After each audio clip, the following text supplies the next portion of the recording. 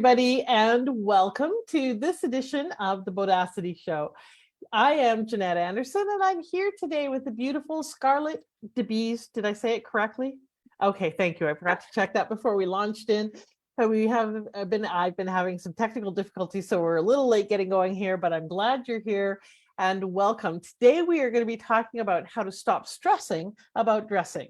So I know that for a lot of entrepreneurs, now that we're going back out into the world and you can't get away with wearing pajamas on the bottom and whatever top on top, or at least not as often or as much, we actually have to start thinking about things like, getting dressed and going out and going to networking meetings, etc. So I know a number of image consultants, and it's always good to hear different takes on things and find out different perspectives on how to think about our image, how we show up, what our brand is, etc. So I'm glad you're here. Welcome. And I'm really happy you're here, and you're calling in from New York, right? Yep, Westchester, New York. Yeah, awesome. That's where the woods are, about an hour out of the city. Love it. All right. Well, let me tell you the official intro for Scarlett, and then we'll talk about a little bit more about her and what she does, and get some really practical tips for you guys about this, how to really feel good in your clothes, in what you're doing, and how you're presenting yourself. So Scarlett Bease is a personal wardrobe stylist who shows women entrepreneurs what clothes to wear so they'll make more money and attract better clients. She guides her clients to create their own unique signature style, feel fearless and confident to be seen and heard, and excited to put themselves out to the world in a way that is game-changing. Love that. As the founder of Scarlett Image Consulting and author of Stop Stressing About Dressing, her one-of-a-kind in-person and worldwide online workshops reveal how a more powerful presence leads to more opportunities and more profit. You can find out more about Scarlett at scarlettimage.com. Awesome. So again, welcome. Now we've heard the official stuff. Tell us something about you that we wouldn't guess or find on your website, or wouldn't guess about you. So what's something that's a great juicy secret? Well, I was going to be an actress, so I went to the High School of Performing Arts in New York City, which the movie Fame was all about. Mm-hmm. And that movie was made a few years after I graduated, and all the craziness that's in that movie was probably a toned down version of what it was like. But we were a school of only like 300, all very creative, dance, music, and drama. And I am the drama. And I find that I did not pursue acting because I decided I'd rather have a home than not. And many of my friends did not pursue the job, but a few actually did quite well, very well, actually. But for the most part, I still use my acting skills when I'm speaking mm-hmm. and when I'm making my videos. So I've been able to use it, but I gave it all up because I decided I didn't want to be one of those people clawing their way to the top. So, I hear you. Awesome. Okay, well, I love that, and I think it's a lot of people start out with that dream, and then they decide that they find their passion and express it in other ways as well. So tell me a little bit about how you got started in all this, but really kind of what's your why behind why you do what you do? What happened was that I grew up, my parents were from Europe, so they came here after the war, and with not really much, like most people come to America. And my mother taught me how to shop incredibly wisely, mm-hmm. buy quality for really good prices, and look like I had more, like we had more. Mm-hmm. So I learned early on the importance of what we wore and the impression that it made.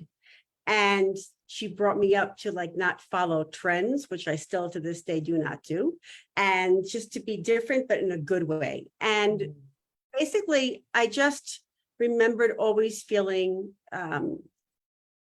well dressed for a little thing. I always felt kind of special with the clothes. And what happened was, as I started growing up, and working in my way in I was in the fashion industry, but in sales, nothing fancy, nothing like Devil Wears Prada, mass market underwear. I mean, nothing fancy. But I learned the power of what we wear and what it does, because I was very young when I got my big jobs, and I was working with people much older than me, and I had to look older and I had to look like I knew what I was doing. And I discovered the importance of what I wore.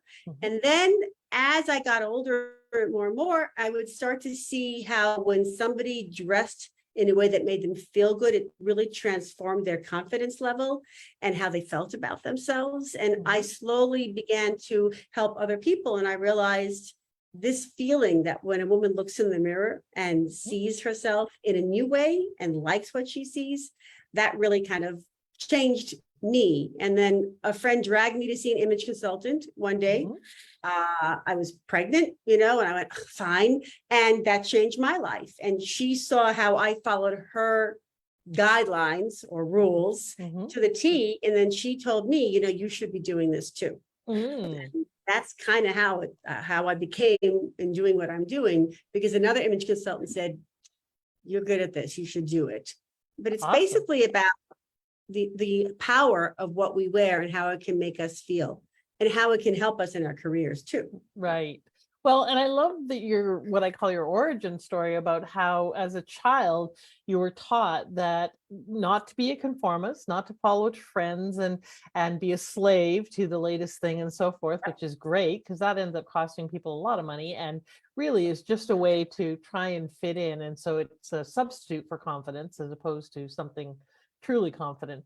And so your mom gets lots of kudos for really showing you how to value yourself by creating and choosing quality. It's one of the things that I struggle with. I grew up poor, and so we always bought crappy clothes, right? Whatever we could afford, Value Village, Walmart at the best kind of thing.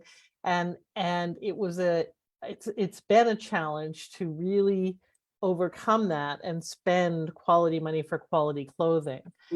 So I think that's a valuable lesson you got right at the very beginning. That's awesome.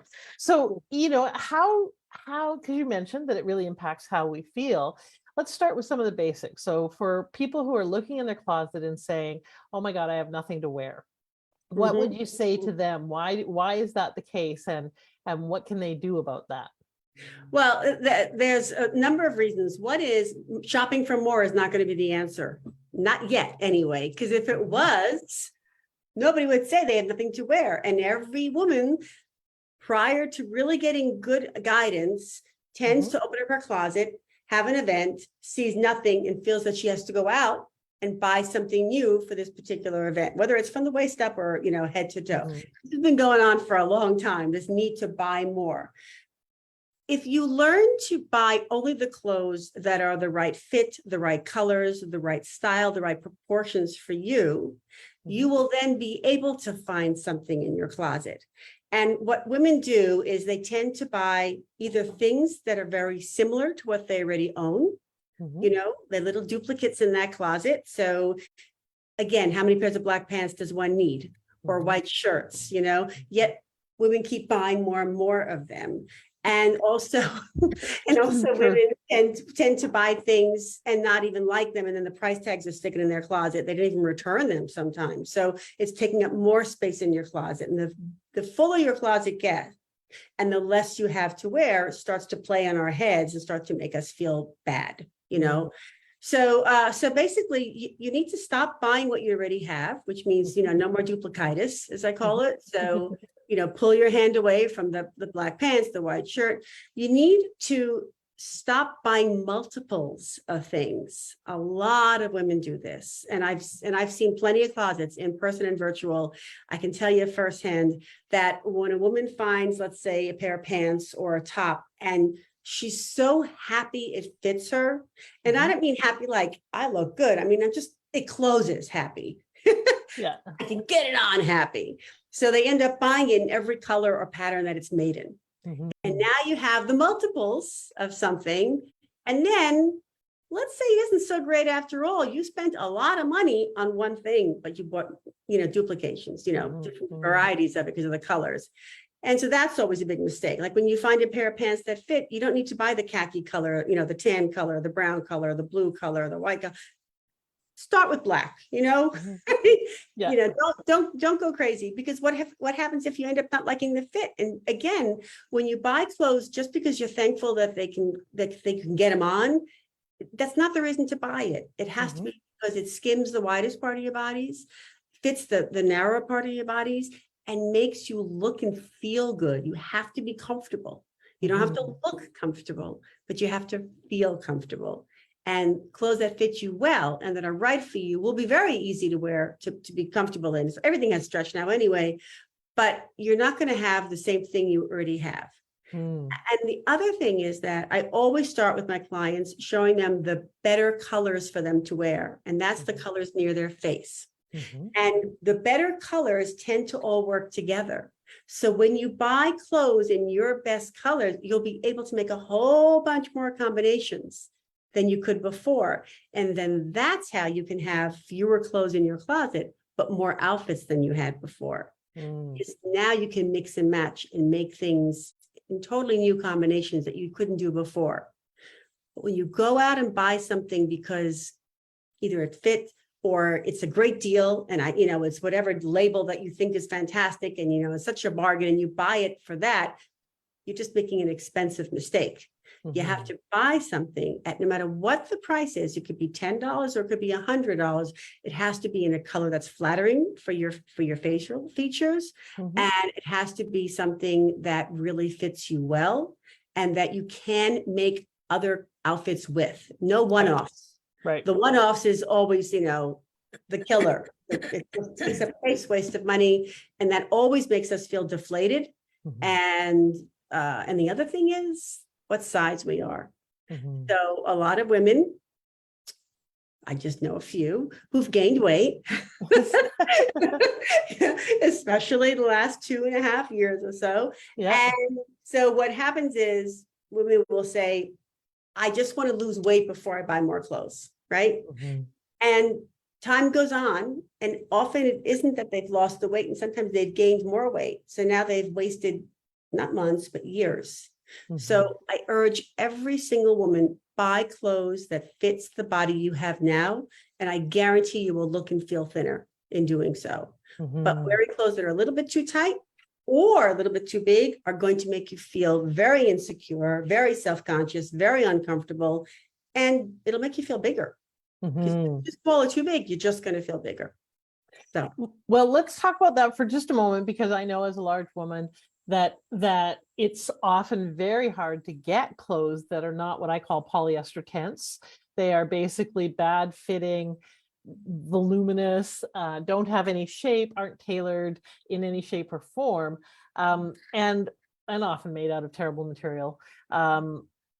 So how can women adjust clothing, or what should they do in terms of fit? Because I know a lot, especially because we've been, in COVID, a lot of loose stuff has kind of been what's crept into our closet and what we often have now. So, and I know that, large women tend to wear baggy clothes because they're trying to hide their size, but it actually accentuates it. So what would you say to larger women or women who have gained weight at whatever size they are? They may feel large.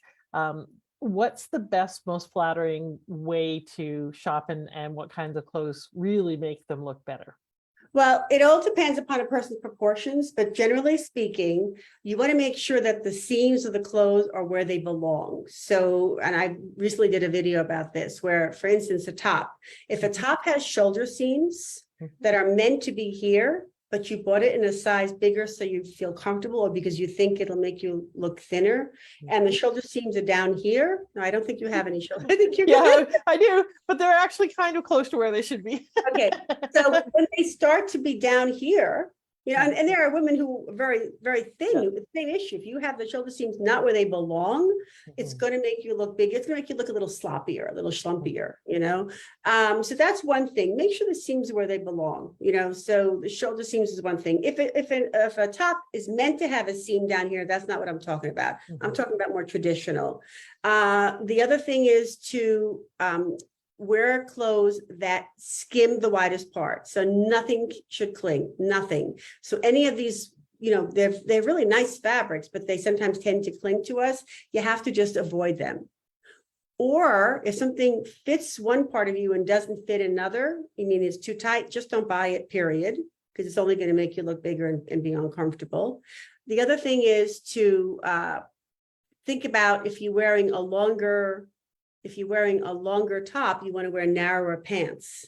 And some people tend to wear longer tops with wider pants, and then now you become this big box. This is the box, not that. So if you wear a shorter top, then you can wear the wider pants. Right. You know, Right. but usually I like the longer tops if you're not too petite in height, because it tends to cover up a lot. Then there are ways to use accessories to make us look a little thinner, and that is by keeping the eye up here, you know. So some of these long necklaces that were really, really in style for a while, they lie on our stomachs. Don't wear anything that goes like this, you know, keep it up here. It really makes a big difference. And, you know, when I work with somebody with face shapes, if a certain face shape should not wear a round neckline, because it'll make us look round.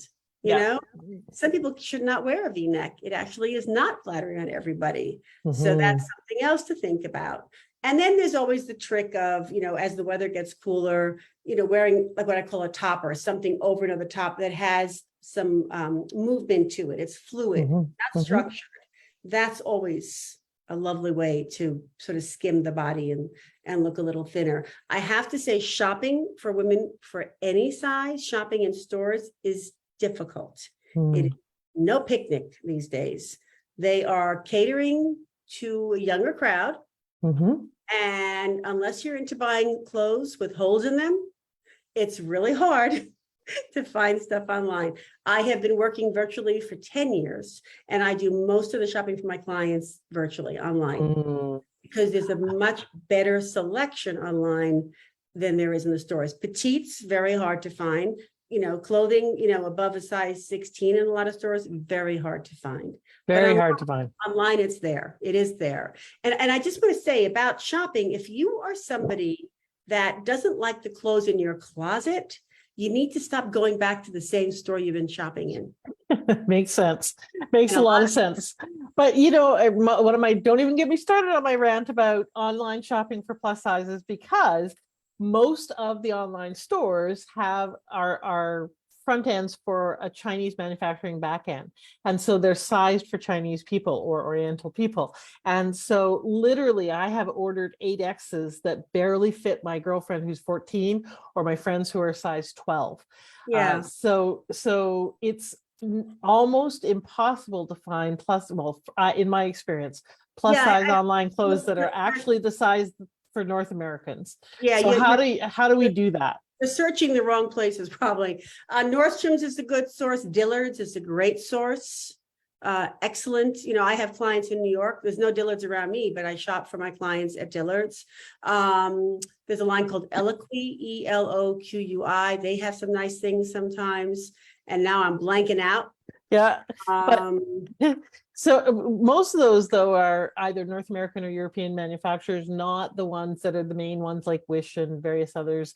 Shopping at a store that caters to North Americans is probably a good start as a way to make sure that you're going to get the right sizes. Yeah.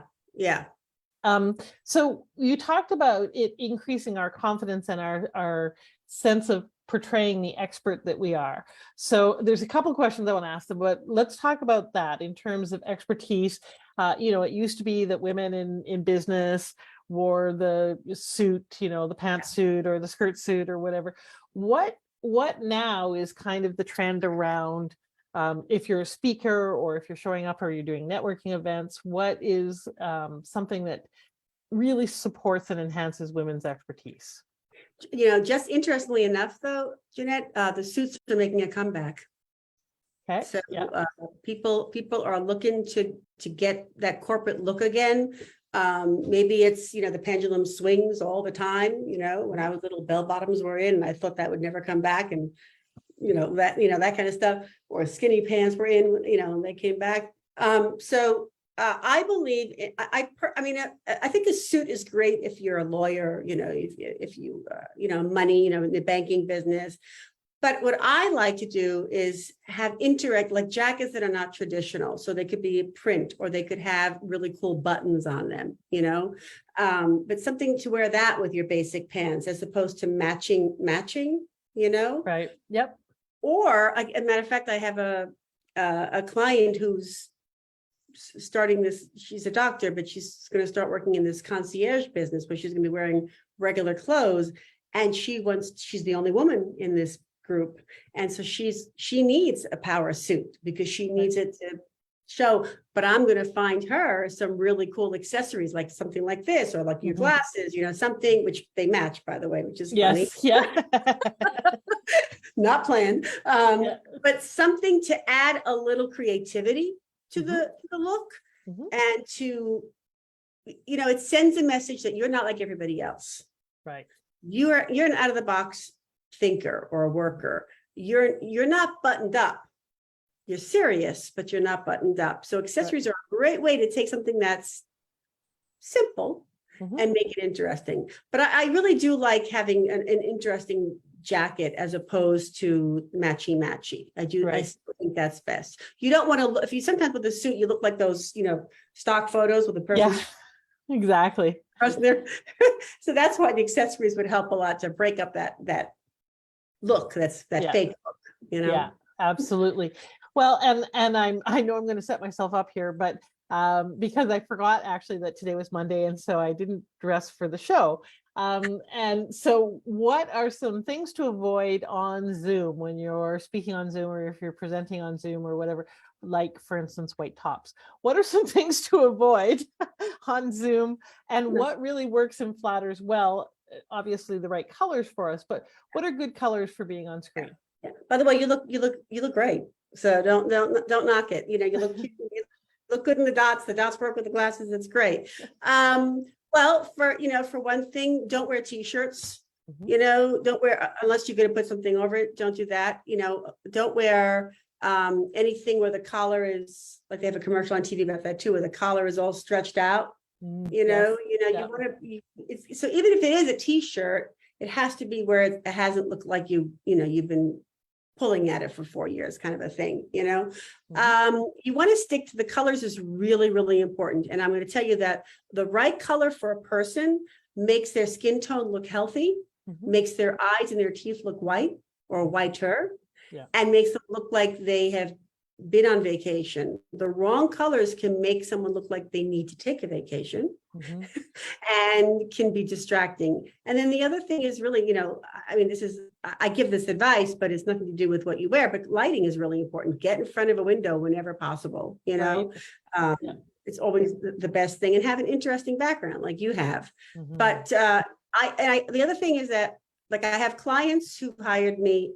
I was very busy when the pandemic started, which was surprising, I'll be honest, but everybody was going on Zoom, and it was scary when we all started on the Zoom thing. I mean, people were like, in their robes and the curlers and the coffee stains. I mean, it was interesting. And slowly people who have their own business were like, we can't do this. We got to get our act together, And so for a lot of people, I had to say, wear a necklace, wear some earrings, wear interesting glasses, just that effort gets them the comments. You look great. Like I had a client today who's running a workshop, and everybody was complimenting how great she looked. And then she gave the shout out to me because she's wearing this really cool necklace that I found for her that you can literally put on over a t-shirt and it'll make you look like you have a fabulous outfit. Awesome. So, that little extra effort on Zoom really makes a big difference, because most people are on Zoom because they're looking to grow their business, right? And you got to look like an expert. You got to look like you're in control of your life, because you want people to pay you to be in control of theirs. So, it's that extra effort makes all the difference in the world. It does. And it boggles my mind how often I go on to shows or webinars or various different things, and the person speaking there is messy and unkempt, and they haven't done their hair or their makeup, or they haven't put on lipstick, and their face is all washed out and so forth.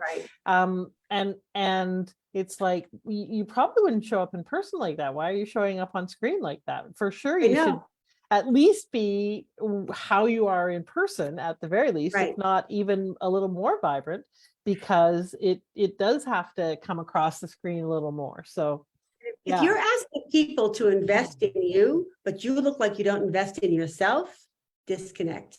Major disconnect. Absolutely. And even worse is the people who don't put the camera on. Yes, You yes. know, I mean, yeah. And absolutely true what you said about the lighting. For instance, I have my little mobile light, but I literally just arrived and set up here and haven't had time to plug this in. And so half my face is dark, which is not great to do.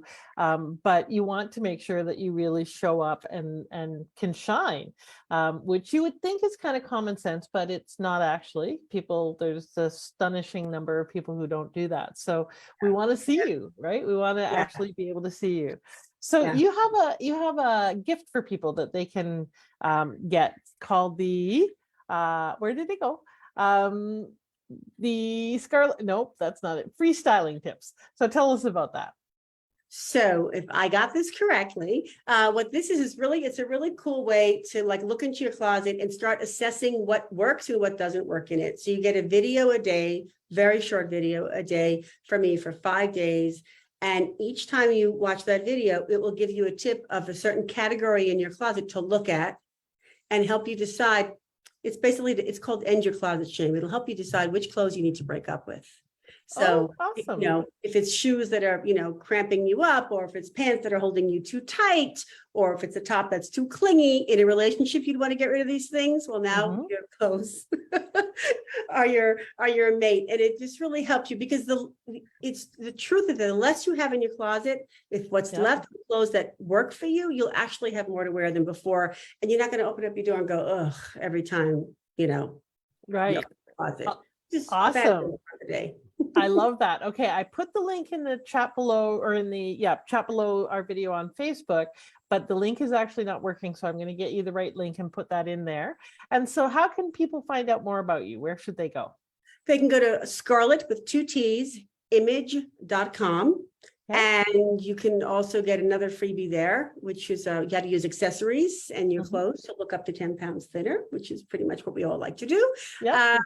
And also for the first 5 people who sign up for my offer today, I will offer you a complimentary Be the Best Dressed Person in the Room call with me. And I'll help identify what's keeping you from always knowing what to wear.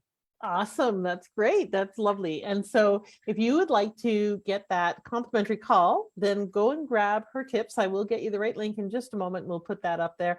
And it's freestyling tips. If for some reason it's not working, go to her website and you can find that, or we can get that information. And for I you. put in the chat, but I don't know if that's going to show up the link to the call with me if somebody wants to make it directly. Okay, good. That's a different link than I have, so I'll try this one. So what's one last piece of advice that you'd like to give people that really struggle with how they look, with their image, with how do I get started? What do I do? How do I just feel better about how I look? What's one piece of advice you would give them? Stop thinking you have to change something before you change your clothes. So stop thinking that you have to change your website or change your weight or change your size or change your workout routine, or, because I cannot tell you how many women come to me 60 or older who have reached the point where I give up thinking that I can change and everything's going to miraculously look great, because it's not true. You can be any size. And if you're wearing the wrong clothes, whether you're a size 2 or 22, if they're the wrong clothes for you, it's not going to change anything. So I urge women to not keep putting off taking care of themselves. Because when you are wearing clothes that are right for you, you'll stand taller, you'll feel better. Your confidence goes way through the roof. It really does. It's a game changer. And thinking that you have to do something else before you really start dressing the right way for you, you're wasting, it's not months, it's years. And I've seen it over and over and over again. I have a client who hired me recently, and the last time we spoke was 4 years ago. And she's like, she said, I'm tired of guessing. I just want to know. I thought it was a great line. Yes, yeah. Sounds like a blog in there somewhere. Yeah. No, I put it on my website. Yeah. Yeah, exactly. Awesome. Well, thank you so much for being here. And I can't echo that enough. Stop waiting for someday when, for any of your getting going in your business, in your life in general. Stop waiting till you feel comfortable, confident, whatever that may be. Yes, I often say confidence trumps competence, which is unfortunate but true in our world. but confidence can come from a lot of places. And sometimes we need to come from the outside in. So Mhm. how we look, how we put ourselves together, the pride we take in our appearance translates into a sense of confidence for ourselves and a perception of more authority and more care and more professionalism for others. So it doesn't mean that we have to obsess about our looks. It does mean that we just need to care. It And means that, so yeah, when you speak, that means people are going to hear you and not be distracted by you pulling at clothes because they don't fit right, or Yeah. or something is kind of off. You want people to hear you and pay attention up here. And yes. that only happens when you're wearing the clothes that are flattering for you. Exactly. Awesome. Thank you so much for being here. And thanks for sharing your passion. It's obvious that you really love supporting women and feeling better about who they are. And I love that. That's very important for all of us. And so, ladies, it's time to be bodacious. And part of being bodacious is putting yourself out there and being willing to express yourself. And we can't do that if we're busy hiding behind layers of clothes and melding into the walls and so forth. So it's time to be bodacious. Grab your bold, ovaries grab yourself by the ovaries and let's go for it. So thank you so much for being here, Scarlett. Thank you for watching the show, everybody. Have a bodacious week and check in. We're going to have a wonderful panel discussion coming up soon called 60 Shades of Grey. Hashtag not done by a long shot. I've got a lot of Silver Sisters who are 60s, 70s, and 80s and 90s even, who are kicking ass and taking names. And so come and find out how they're reinventing themselves and in the process, reinventing the world. So check that out, as well as our upcoming speakers. We'll be sending out notices about that. So please invite your friends to come join the group so that they can take advantage of this wonderful expertise. And feel free to reach out to Scarlett to ask her further questions, to book that session with her so that you can get some more information about how to show up as your most bodacious self. Thanks, everybody. Bye for now. Bye-bye.